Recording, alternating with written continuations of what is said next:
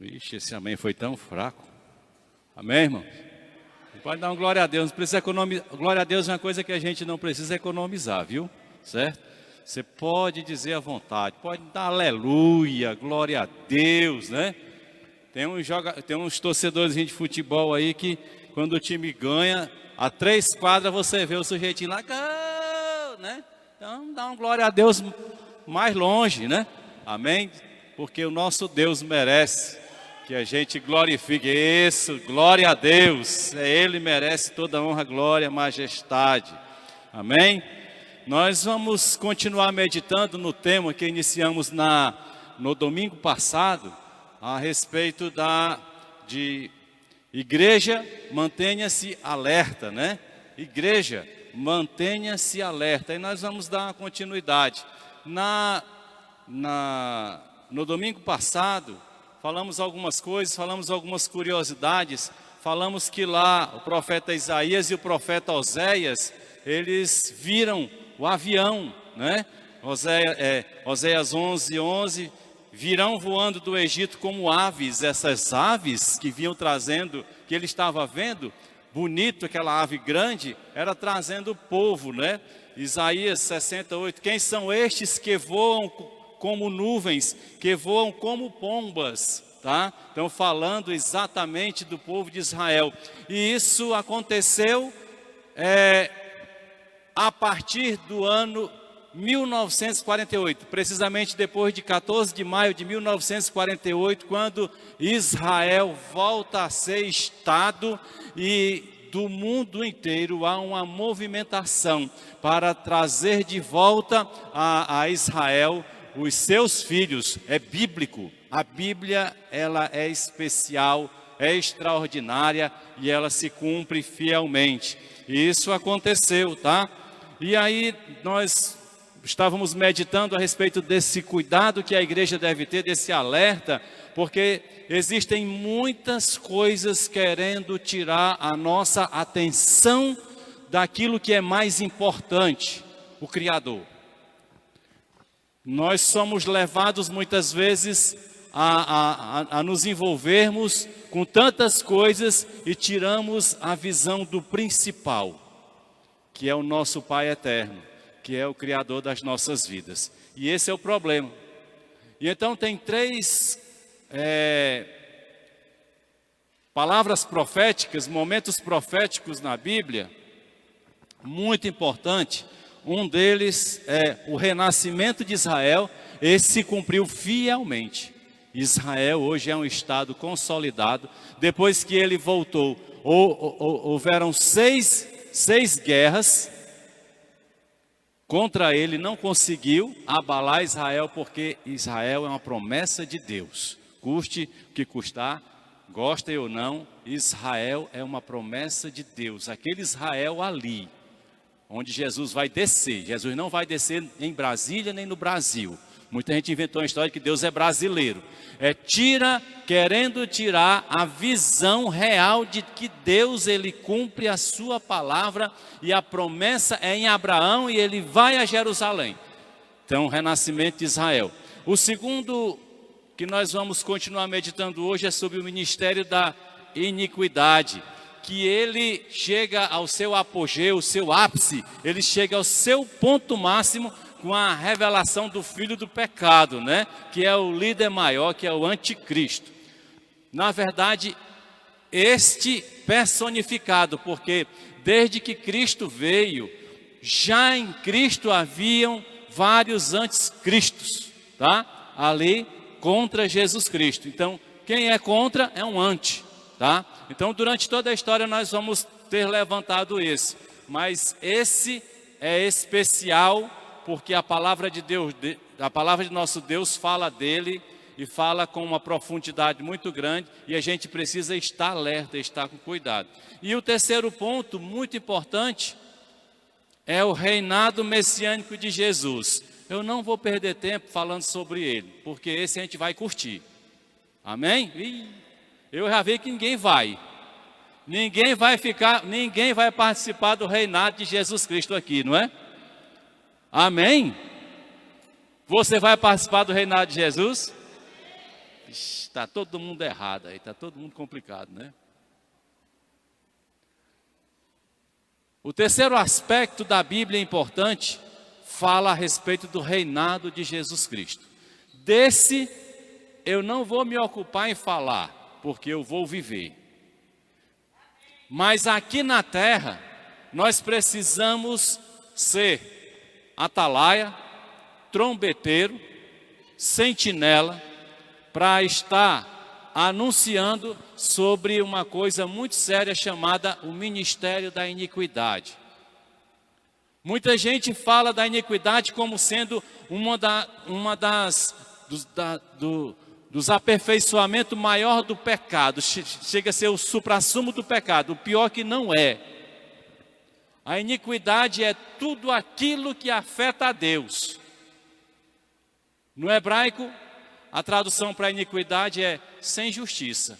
Basta ver injustiça, basta ver furar uma fila no banco, porque você se acha melhor do que os outros, porque eu acho melhor do que os outros, vou colocar assim, para em mim estar operando o ministério da iniquidade. Então é muito cuidado, porque são coisas simples que revelam a iniquidade. E esse é o grande problema, não é? E aí nós falamos de Lucas 21, 8, 13. Jesus fala, cuidado para não serem enganados. Muitos falsos cristos, muita gente que quer desviar a atenção do sacrifício de Jesus na cruz. Tem gente que quer incrementar, quer colocar coisas, quer colocar isso, aquilo, outro, quer dar uma ajudinha na salvação. A salvação, ela é exclusivamente do sacrifício de Jesus na cruz do Calvário. O sangue derramado naquela cruz é que nos purifica de todo o pecado e nos permite ver a Deus. Amém? Então, cuidado para não serem enganados. Fiquem atentos à Bíblia para não serem enganados. A Bíblia como um todo, não é versículos bíblicos, né? E no versículo 9 diz, quando ouvirem falar de guerras e rebeliões, né? E a palavra de Deus diz, primeiro aconteçam essas coisas. Desde o início do mundo sempre houve guerras. Desde o início do mundo sempre houve rebeliões. Então, quando a gente ouvir guerras e mais guerras, não fique apavorado não. Chegou o fim do mundo, não é por aí, tá? Porque diz que primeiro aconteçam essas coisas, mas o versículo 9 diz, mas o fim não virá imediatamente. Você vai ver, mas o fim não chega imediatamente. E ele continua dizendo, versículo 11, haverá grandes terremotos? Tem terremoto todo dia, todo dia. Haverá fomes? Cerca de 1/3 da população do mundo hoje não comeu. Fome no mundo inteiro. Haverá? Tem. Haverá pestes? Estamos aí de cara com uma.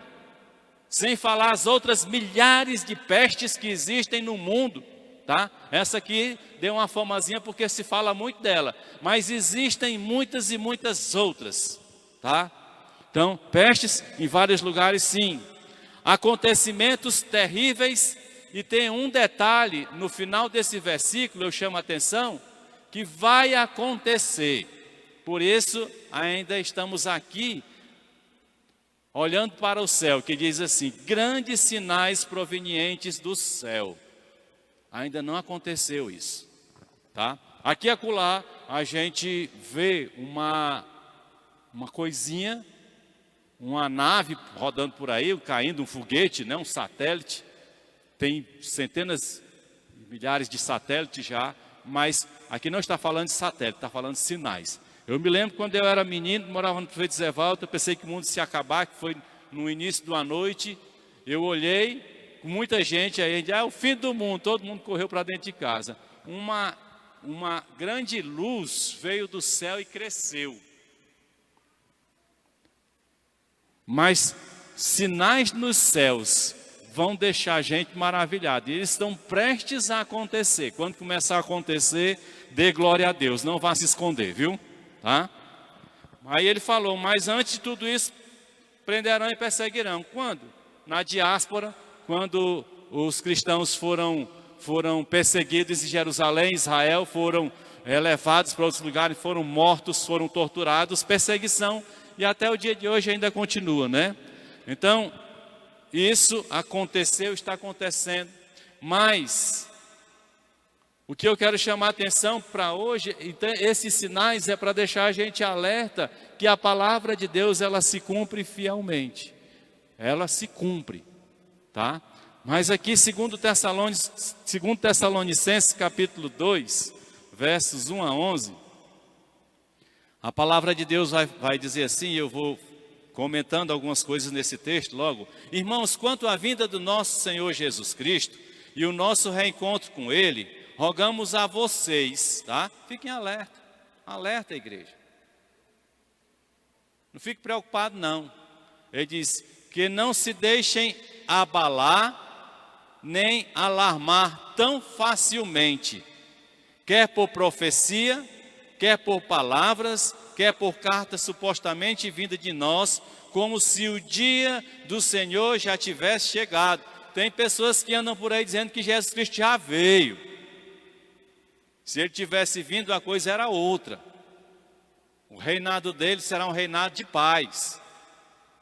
Mas muita gente já diz isso, outro diz que muitas outras coisas. Eu não vou entrar em detalhe doutrinário, mas o que a gente precisa entender é que a palavra de Deus, ela se cumpre e ela vai em direção à vinda do Senhor Jesus Cristo.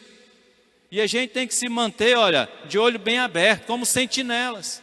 Aí ele diz, não, versículo 3, não deixem que ninguém os engane de modo algum.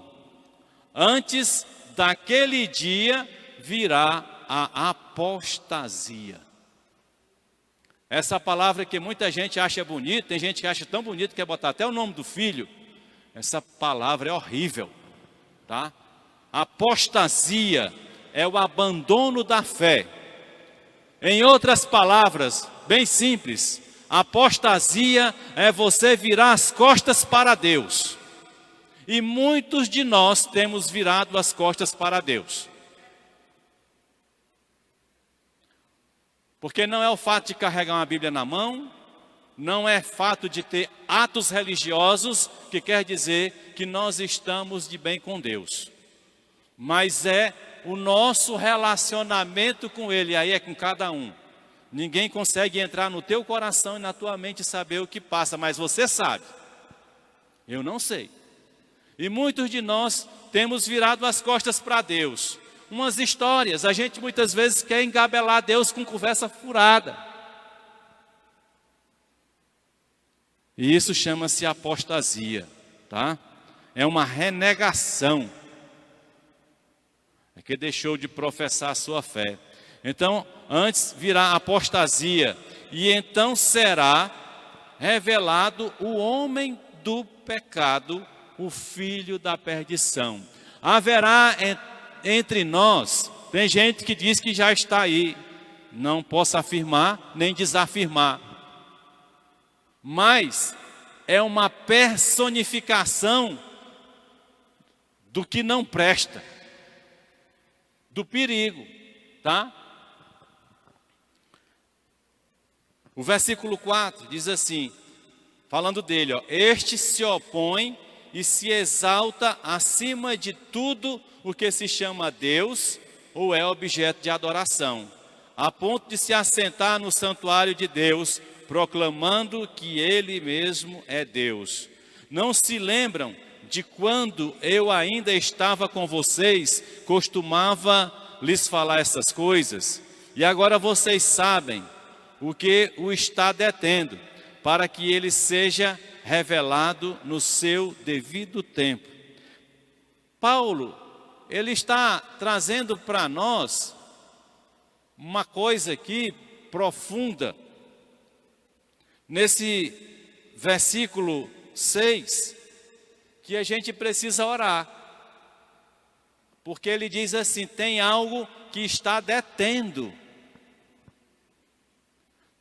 Então nós levaríamos, quando ele diz assim, olha, presta atenção, igreja.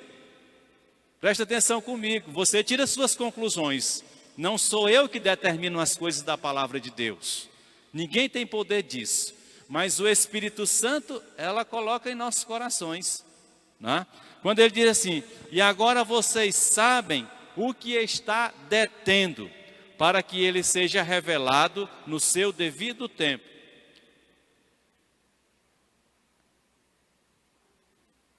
Versículo 7. A verdade é que o mistério da iniquidade já está em ação, restando apenas, agora para completar o versículo 6, restando apenas que seja afastado aquele que agora o detém. Ele está falando que seja afastado o que o detém. A entrada, o desenvolvimento, a atuação, não é já a materialização, o nascimento, a personificação humana deste filho de Belial, deste filho do pecado. Mas é começar a exercer os seus atributos. Ele está preso. Ele não pode ainda exercer o objetivo principal dele, tá? Porque há um que o detém. Quando nós olhamos, nós podemos pensar em duas pessoas. Uma, a igreja, tá? Porque a igreja, ela é o corpo de Cristo. Mas tem uma segunda pessoa que ela sobressai a igreja e que eu creio ser esta, o Espírito Santo. Porque o Espírito Santo está na terra. Ele é o Espírito da igreja. Então, o Espírito Santo será tirado da terra. Quando ele for tirado da terra, aí este homem do pecado vai ter liberdade. Aí ele vai fazer mais do que a gente imagina. Se a gente está muitas vezes horrorizados, se nós estamos horrorizados com tantas coisas terríveis que acontecem no mundo, quando ele tiver autoridade liberada, aí vai ser algo de tremer os queixos, de balançar o joelho um no outro, viu? Porque o cabo vem terrível. E a palavra de Deus diz assim, versículo 7, a verdade é que o mistério da iniquidade já está em ação. Ele está em ação desde o Éden.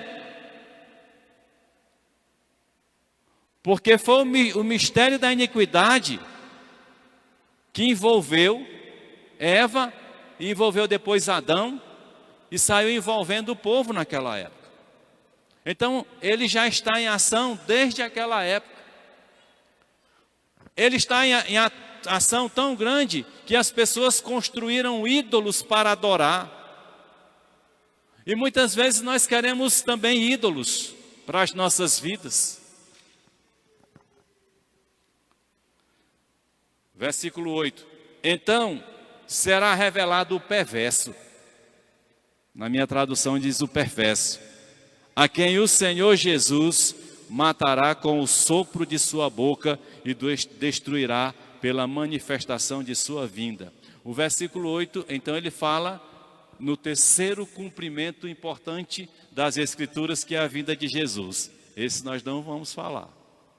Mas a Bíblia diz que ele vai ter um confronto e Jesus vai destruir este perverso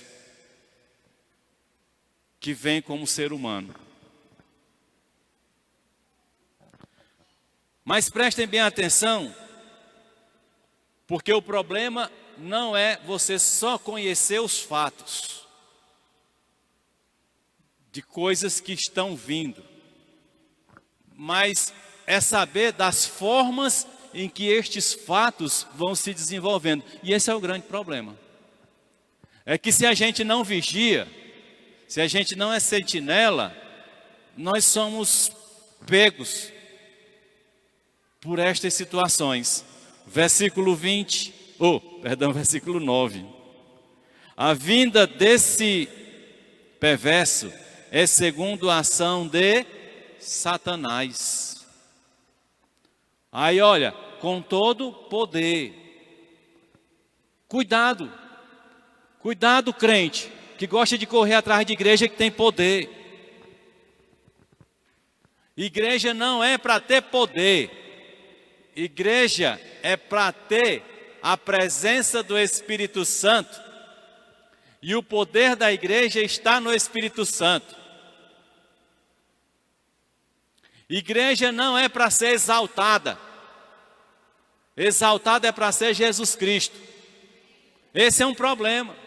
Por isso, preste bem atenção, porque a gente cai. Nós somos facilmente enganados. A gente não lê Bíblia. A gente não estuda. Aí vai levado, certo? E a gente precisa estar alerta.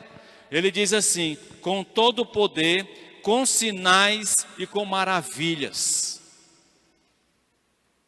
Com sinais e com maravilhas.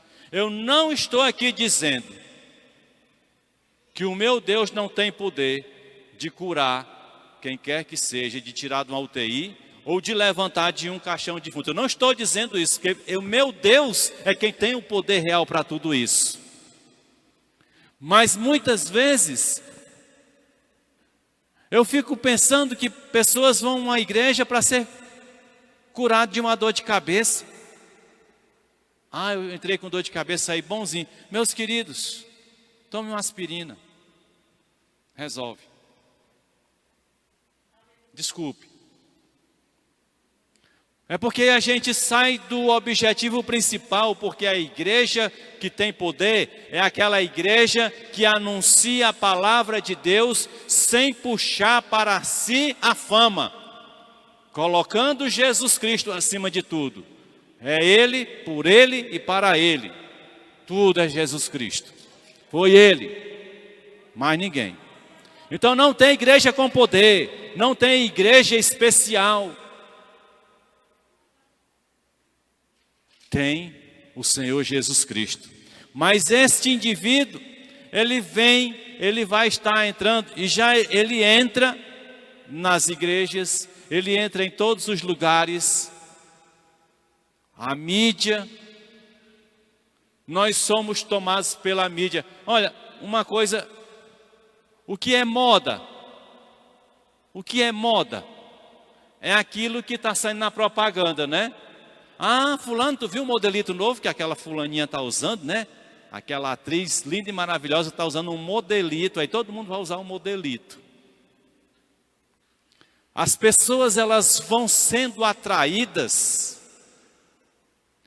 para o lago de fogo e enxofre e vão na maior tranquilidade, feliz da vida, não consegue raciocinar a tristeza que aguarda lá na frente. E o versículo 10 diz: ele fará uso de todas as formas de engano. Engana de todo jeito. Leva as pessoas a errarem. Leva as pessoas a cometerem verdadeiros erros.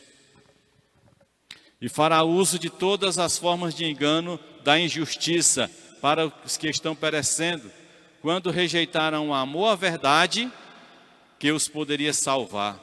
Por essa razão, Deus lhes envia um poder sedutor a fim de que creiam na mentira. A principal característica do anticristo é sedução. Quem trabalha aqui em confecção, eu não trabalho com confecção, mas eu presto serviço para algumas confecções. E já entrei e vi o pessoal trabalhando e cheguei a ver alguém chegar e dizer assim para uma mulher: usa essa roupa que ela realça mais o teu corpo. Para que isso? Sedução. Porque quando você tem o seu corpo não é para ser admirado por plateia, não. Não existe isso, não. O corpo da mulher e nem do homem é para ser servido como admiração não, plateia. Mas quantos homens deixaram a sua família, destruíram a sua casa, destruíram o seu casamento por causa de uma sedução? E hoje não é mais só sedução de mulher, não, é sedução de outro homem. Esse cidadão nem começou a ainda usar toda a sua artimanha, já tem feito um estrago muito grande. Por que é? Por que é que mulher faz tatuagem para induzir homens a olhar para partes que atraem do corpo dela? Qual é o sentido disso? Então observem que a sedução é um conjunto de qualidades e características que despertam desejo, tá? Despertam interesse.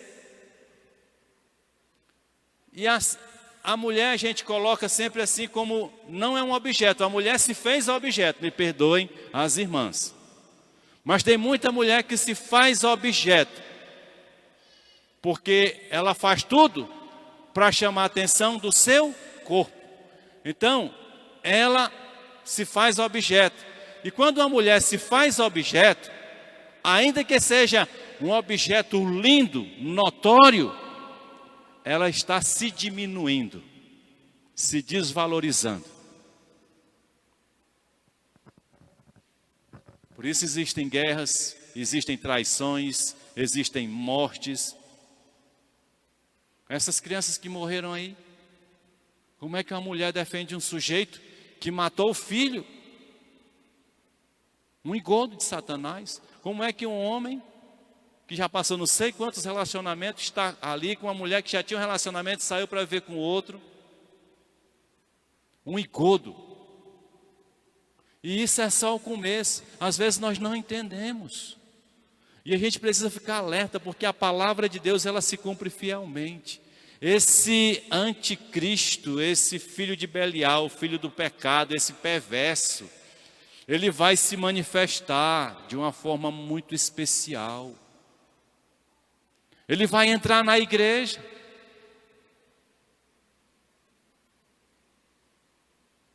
E vai dizer assim, essa igreja é muito cafona. Gasta muito tempo pregando a Bíblia. A gente tinha que colocar um monte de coisa aqui para atrair o povo, festas e mais festas. E as pessoas não vão perdendo a sua identidade com Deus. E vão sendo destruídas. A gente precisa tomar cuidado. Existe cortina de fumaça em todo canto. Cortina de fumaça é aquilo que encobre o que está acontecendo. E a gente precisa estar atento. Então a sedução, ela induz ao mal, ao erro, por meio de artifícios. Também vale-se de encantos e promessas. É um farcinho. Nós temos que pedir. Nós lemos no início do culto, lá no Salmo 19, quando diz: Senhor, cuida de mim por causa dos pecados intencionais. Ou seja, às vezes o homem está com vontade de pecar. Eu estou com vontade de fazer a coisa errada. Mas como é que alguém que carrega o Espírito Santo dentro de si tem se alimentado da palavra de Deus, tem vontade de fazer a coisa intencional? Mas tem o outro lado, a sedução, que é o perigo. Porque aquele que faz intencional, me perdoe, quer fazer, gosta de fazer, não tem parte no ministério de Cristo. Pode estar pregando aqui na frente, como eu, ou se for eu. Porque não tem parte do ministério com Cristo. Mas tem a sedução, que às vezes nós acabamos sendo levados. E tem gente que diz assim, eu sou forte, eu não caio não. Não tem ninguém forte. A gente tem que estar alerta, de olho bem aberto, porque não existe ninguém forte. Essa história, eu sou forte, eu não caio, não existe. E tem aquele que diz assim, e cadê tua fé? Tu não tem fé não? Não vá nessa onda. Vamos só tomar uma bebidinha ali, só fazer uma festinha ali, 4, 5, tomar umas doses, não sei o que mais lá. Isso não faz mal não. Ninguém desvia a gente, não existe forte. Não existe forte. Tem que tomar cuidado. E quando esse cidadão se manifestar, Levítico fala uma coisa muito interessante. Estamos indo para o final. Quanto aos que sobreviverem, eu lhes encherei o coração de tanto medo na terra do inimigo, que eu sou de uma folha levada pelo vento por aí em fuga. Tem gente com medo de tudo, né? Só não está com medo de pecar. Tem gente com medo de vir à igreja. Tem gente com medo da vinda de Cristo. Tem crente que diz assim, pelo amor de Deus, não fala em vinda de Cristo não, que eu fico assustado. Eu já vi muita gente falar isso aí. Pois é. 2 Tessalonicenses 2,15 diz algo muito importante para nós. Presta atenção, igreja. Portanto, irmãos, permaneçam firmes e apeguem-se às tradições que lhes foram ensinadas. Sabe o que é as tradições? A palavra de Deus. Essa aqui, né? Apeguem-se às tradições que lhes foram ensinadas, quer de viva voz, quer por carta nossa, que o próprio Senhor Jesus Cristo e Deus, nosso Pai, que nos amou e nos deu eterna consolação e boa esperança pela graça, dê ânimo aos seus corações e os fortaleça para fazerem sempre o bem, tanto em atos como em palavras. Olha só, chegando ao final dessa meditação, a palavra de nosso Deus está dizendo que Ele nos dê ânimo e nos fortaleça.